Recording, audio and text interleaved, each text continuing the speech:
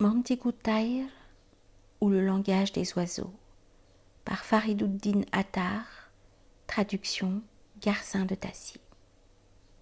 Demande d'un 12e oiseau.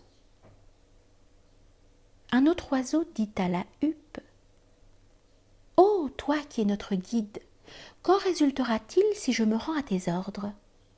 Je n'accepte pas de plein gré la peine que cette affaire comporte, mais j'attends que tu exprimes ta volonté. J'obéirai passivement lorsque tu commanderas, et si je détourne ma tête de tes ordres, je paierai l'amende. La huppe répondit: Tu as raison en parlant ainsi. On ne peut attendre une plus grande perfection des créatures.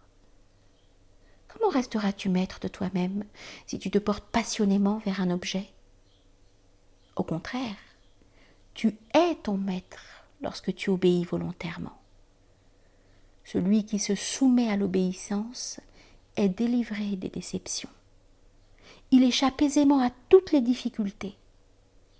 1 heure du service de Dieu en conformité de la loi positive est préférable à une vie entière passée d'une manière indépendante dans ce même service.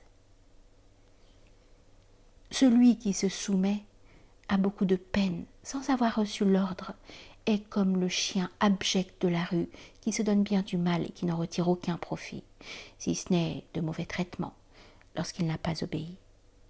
Mais celui qui, pour obéir, supporte un instant la peine, en est complètement récompensé. Est-ce obéir que d'esquiver l'obéissance?